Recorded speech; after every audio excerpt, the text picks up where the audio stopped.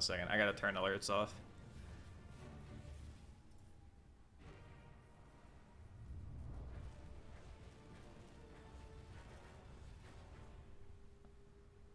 Let me do a test to make sure they're actually off. Pause this. It's the Nemesis intro, apparently. Hold on, let me...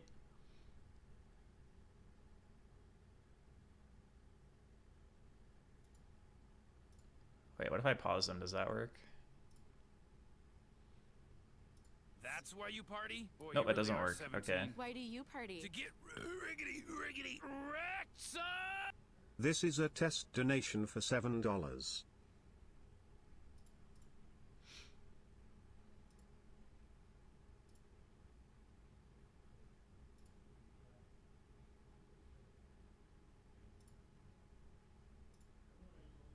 Wait, why doesn't pausing the alerts actually work anymore? Can someone do like a resub if you have one? Just click the notification for your resub. I just want to see if it pops up. So one of you guys has to have it, right?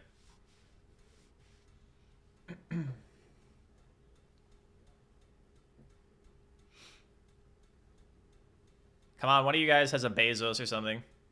I don't know. I just need someone to click the resub thing because it... What? Not that one. Okay, cool. It does work. Apparently, yeah, Bliskavaray and Sabia, thank you guys for the subs. It does work. Cool. Apparently, it just doesn't work when you do the test. The test doesn't actually work. It doesn't work like it should. No, I know there are people in here who always have their shit to click for free. It's not a matter of, like, you know. Alright, let's see. Kargan is saying with 24. Okay, so you said you're a Jug? Alright. Let's do some... We're gonna 4x at the beginning. So your lane's gonna be, like, what? Dawnbreaker Visage? Wait, who's the... Wait, Razor? Wait, who's the 5 in this game? I guess we'll find out. I feel like it might be 5 Dawn, and you might be against, like, some Razor lane or something. Let's see what happens. Yeah, the music doesn't go through, champ. It's not going to the VOD. Yeah, it could be Visage Razor. Let's see. Okay, so it is Visage. This lane should be pretty easy. Okay, it's Dawn. This spin is kind of weird. Let's go back.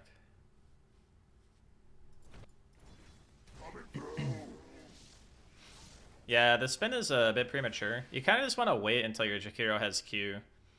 Like, you don't spin this guy because this guy is not going to die, right? There's like 2 ways to play the lane. You could theoretically spin on the Dawn if he's already affected by Dual Breath because then you're applying like a lot of damage. And then the beefiness of the lane, like he can't contest the wave as well, like that's fine. Like if you want to do that and like combine your spells, but don't just like randomly spin on a dude if he's not slowed. Like when you have the opportunity to apply damage like that, it's okay. Fortunately, you didn't fuck up your lane equilibrium too much. You just have a 1 lane creep, so that's fine. Make sure we're on the right POV.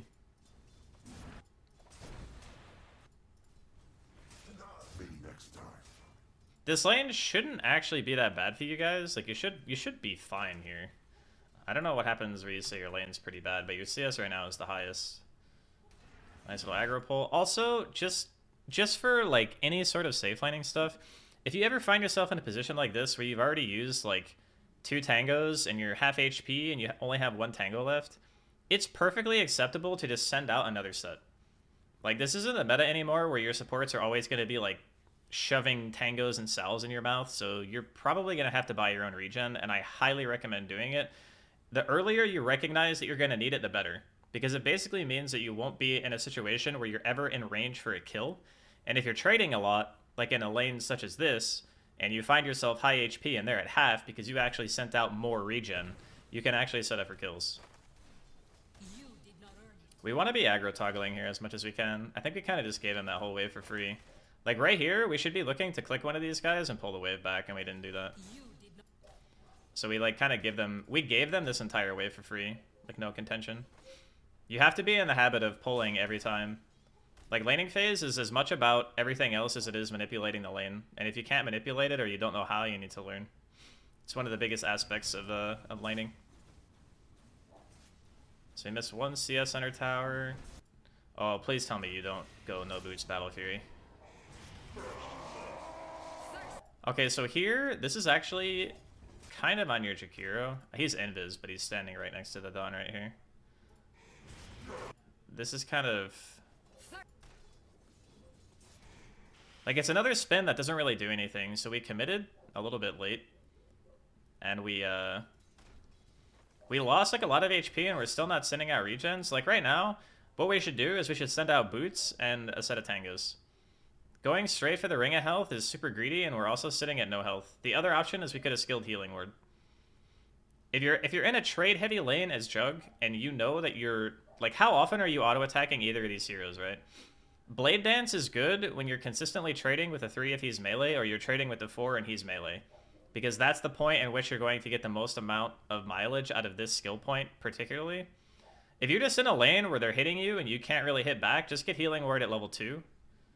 And then at level 3, you can get your second point into spin. Some lanes, it's even advisable to get the second point into ward before you even contemplate skilling Blade Dance.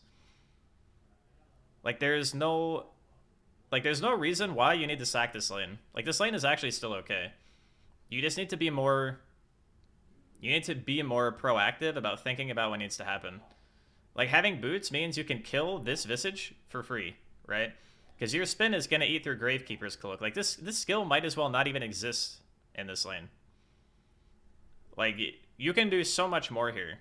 Like, finishing the Wraithband is fine, but we basically have sent no extra regen. Like, the wave is pushing in our favor and stuff, but, like, look at the situation that we're now stuck in. We didn't send additional tangos, we don't have boots, we don't have any resources to use, our spin's on CD. This is all a byproduct of not sending the correct items and not buying the correct stuff. Like, this isn't even on your support, this is literally kind of mostly on you. You didn't have to walk up there and lose half your HP. You could still be sending out stuff right now. You're kind of just watching them farm. You get one pull, so you have a wave coming in.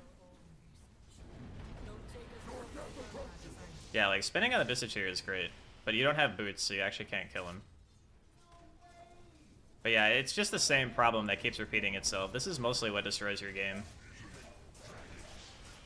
Like, you're making these trades, but you don't have any way to recover your HP, so you just eventually die. Like, you get chipped down and just eventually feed. Like, you even committed fully to the ring. I would say, like, already at this point, you've kind of irreparably hurt your game. Like, this is, like, almost beyond reproach in terms of, like, how bad this lane went when it should have just been a free win for you guys.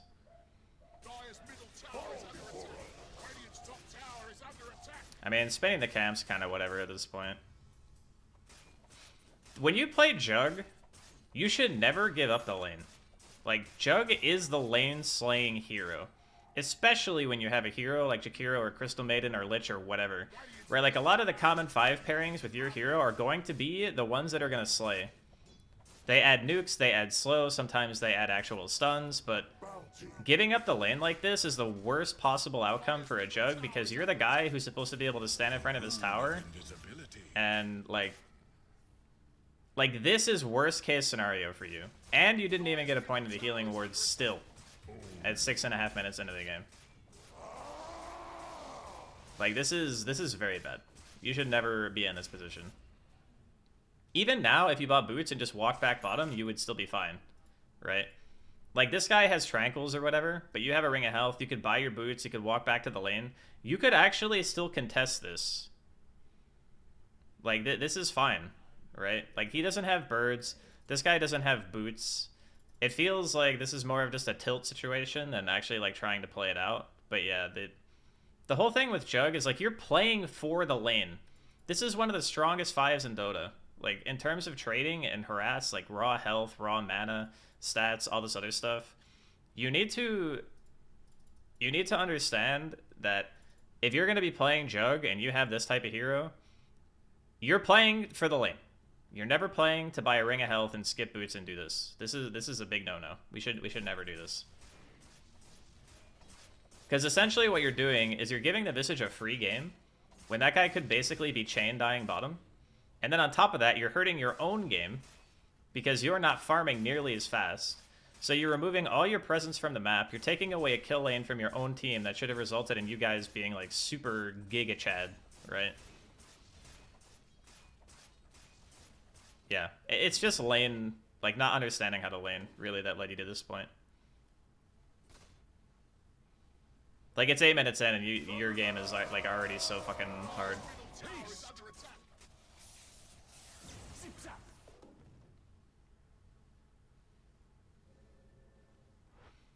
If you are gonna do this type of stuff, though, I recommend, like, at least get boots, because that way you can go from place to place faster.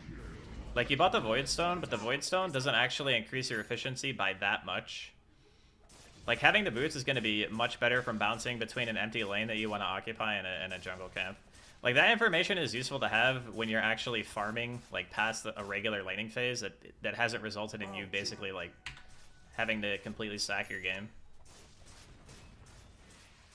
Yeah, boots win lanes is also okay. Like, after you have the ring, it should be enough on its own. Oh, we didn't even skill Omni. Okay, so we're just, like, full tilt, right? Do you want me to keep going with this, or did you kind of get what you needed out of it? I'm asking because you paid for it. Because I'm already looking at this and I'm going, like, your team is ahead or whatever, but, like, the beginning of the game was kind of an abomination.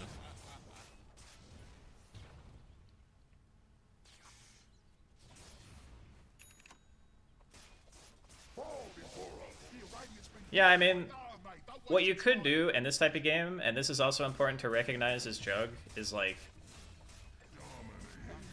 You notice how the enemy team has no BKB interrupts, right? They don't have anything like Bite from Pudge, they don't have Roar, they don't have a Clockwork, they don't have any of that stuff.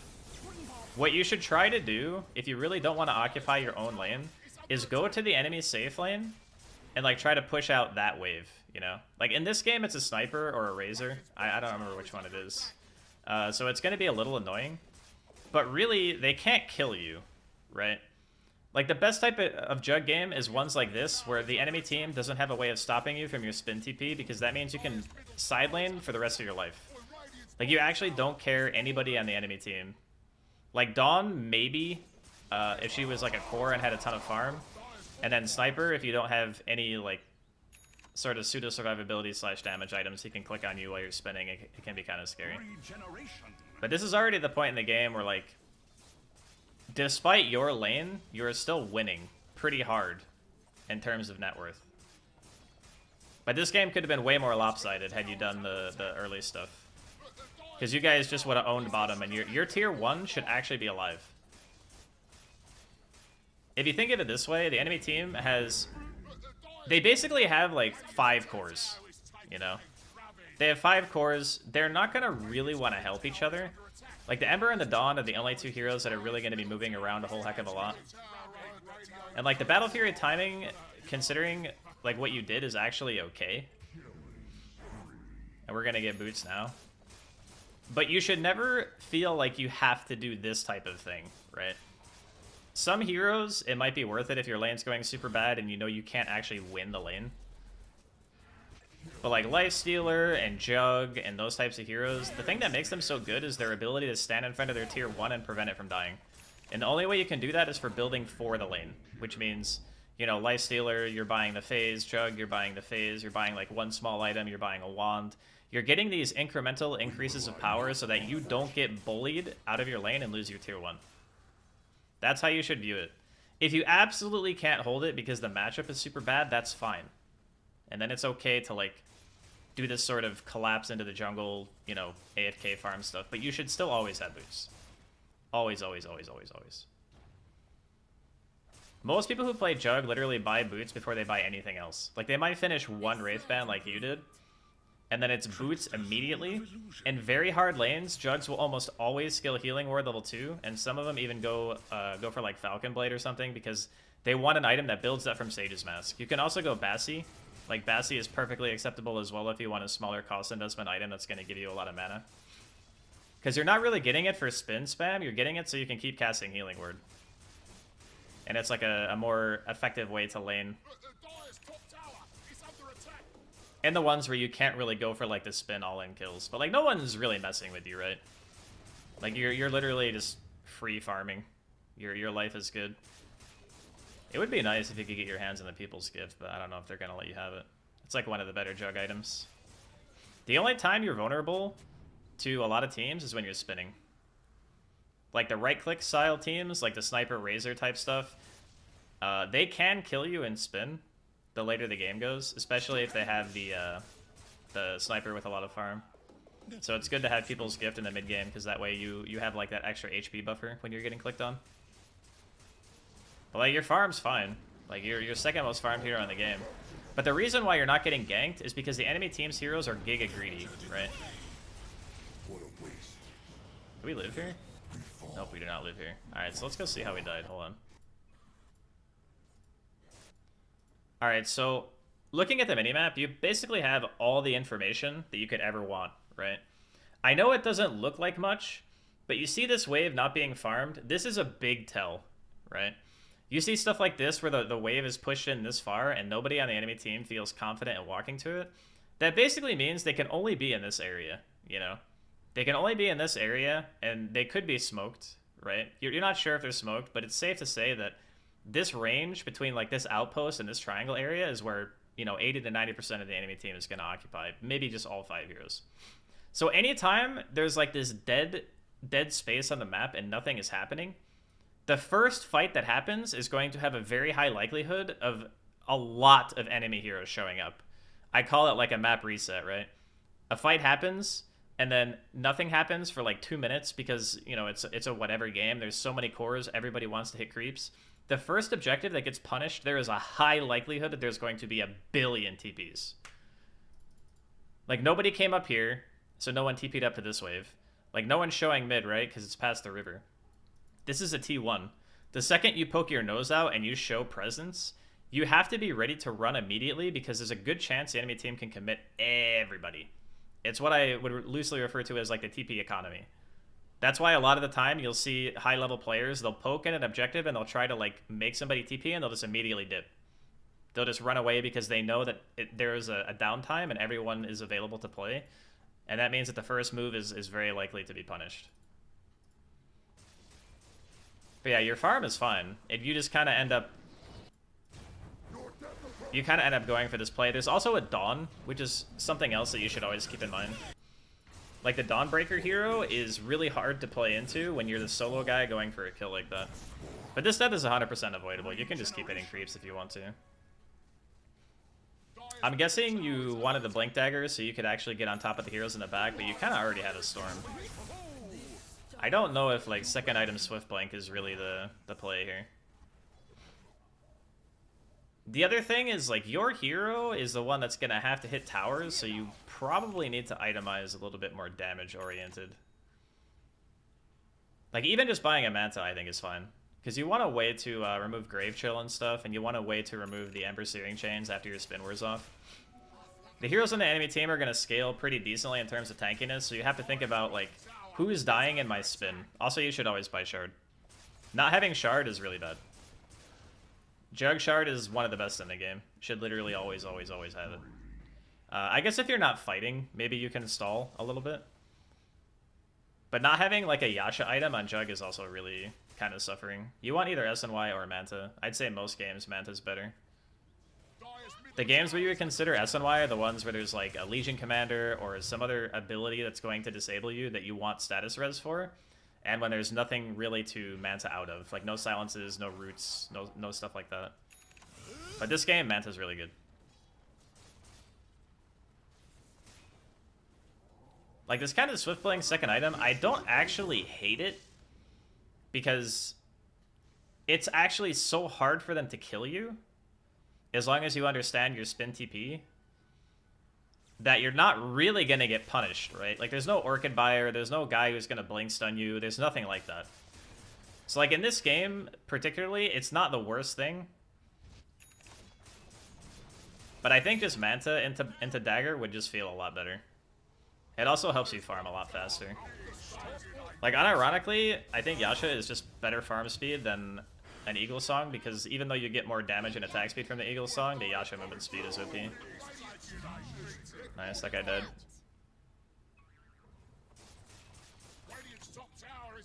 I don't mind that you bought Blink. I just think the order of the Blink is a little bit weird.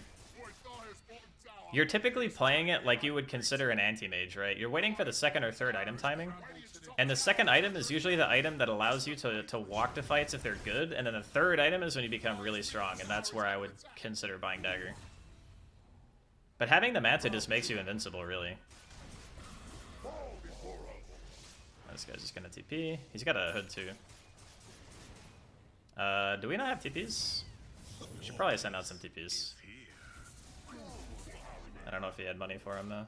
He has Omni. He's not gonna Omni the Ember. That's good. He just would have ulted away, probably. But yeah, you guys are, like, super, super far ahead. Honestly, this game is still a stomp, but it could have been a giga stomp if the first 8 minutes were played correctly.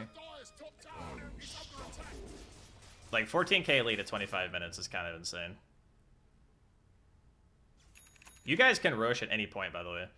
I think they're actually so weak that there's virtually no way they could ever contest you. You have 4 points in a ward. I would say, normally, if you're going to be farming this hard, you should probably leave ward at level 2 or 3 and put more points into your E. So you should be like 4-2-4, right? Because if you look at the healing ward scaling, the first point is 2, the second point is 3. That's a 50% increase. Then it goes from 3 to 4, which is a 33% increase, so it's actually less efficient anyway. And since this thing lasts 25 seconds, you're still getting 75% of your health back by just dropping it at level 2, right? That's usually more than enough, especially considering you also have the regen from the Battle Fury. Just a little tip, like, you really don't need max healing ward ever, unless you're going for this kind of YOLO all-in 5-man siege type stuff, so 4-2-4 is almost okay every game.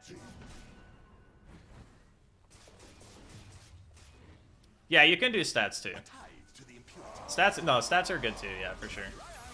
I think Jug's crit scaling is a little bit worse than the other ones.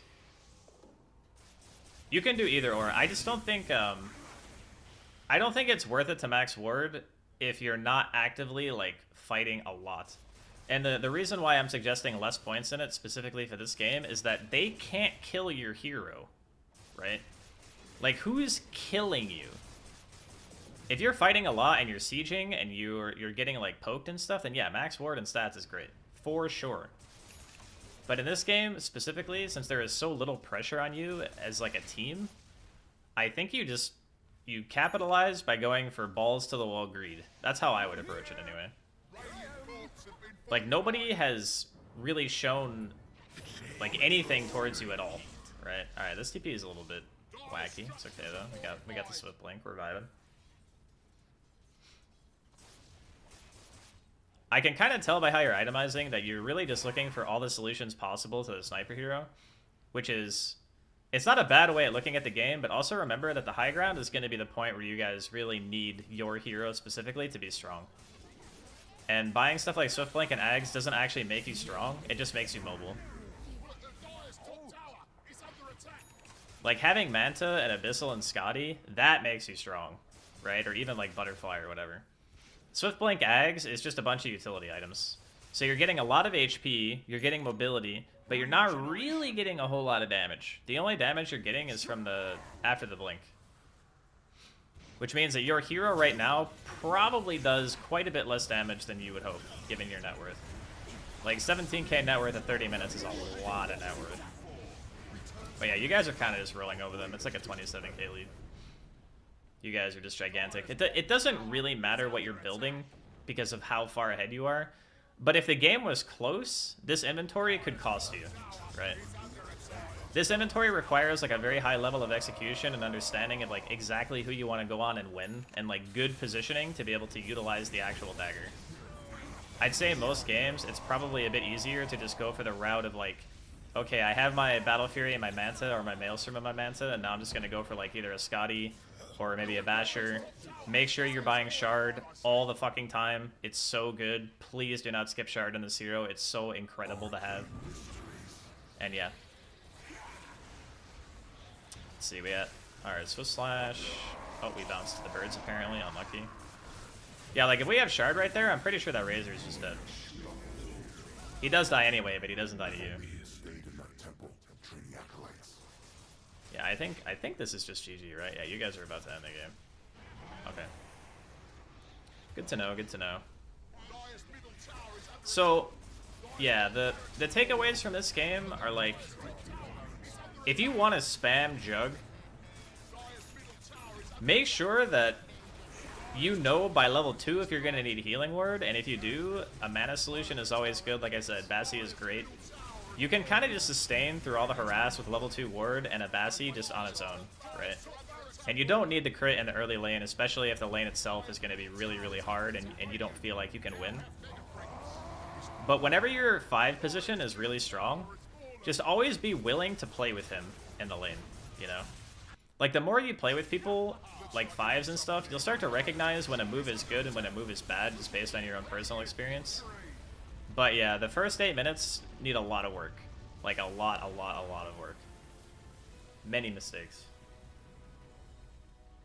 You guys still own, though, so it's fine. You guys, like, pooped on them. They couldn't do nothing. Nothing! Yeah, 3.5k at 10 is not even the worst game, to be honest. A bad game is like when you're below 3k, kinda, as a safe laner. But your Lush popped off. By 20 minutes, you basically completely recovered. You had your Battle Fury and stuff, and then by 30, the game was kind of over. So yeah, that's it. If you have any questions, by the way, just ask. But I think that's mostly everything. Like, it's a Crusader Archon game, so the overall arcing strategy stuff for your whole team, I didn't really touch on that much, but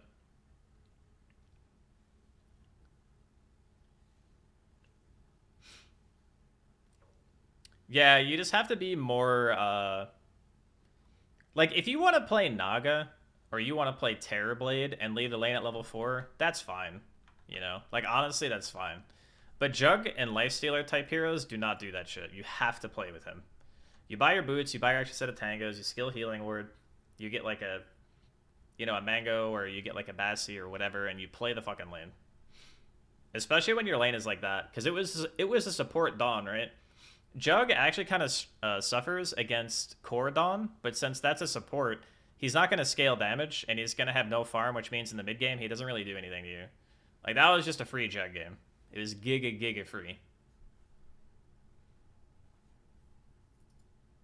I'll tell you what, Tauron, if you give me $20, I won't ban you. How about that? Is that a good deal?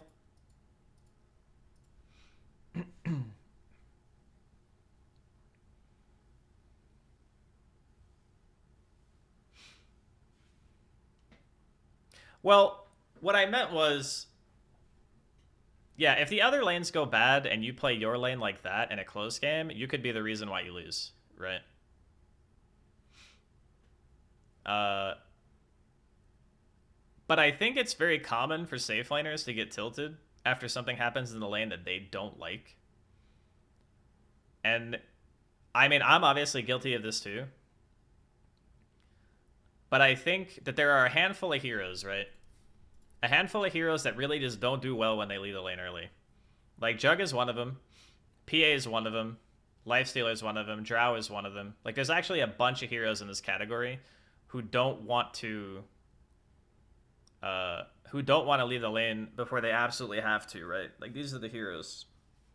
Troll Warlord's another one. Like, leaving the lane at level 4 on Troll would just be suffering. So there's like a category of heroes who can leave, and then there's a category of heroes that want to stay.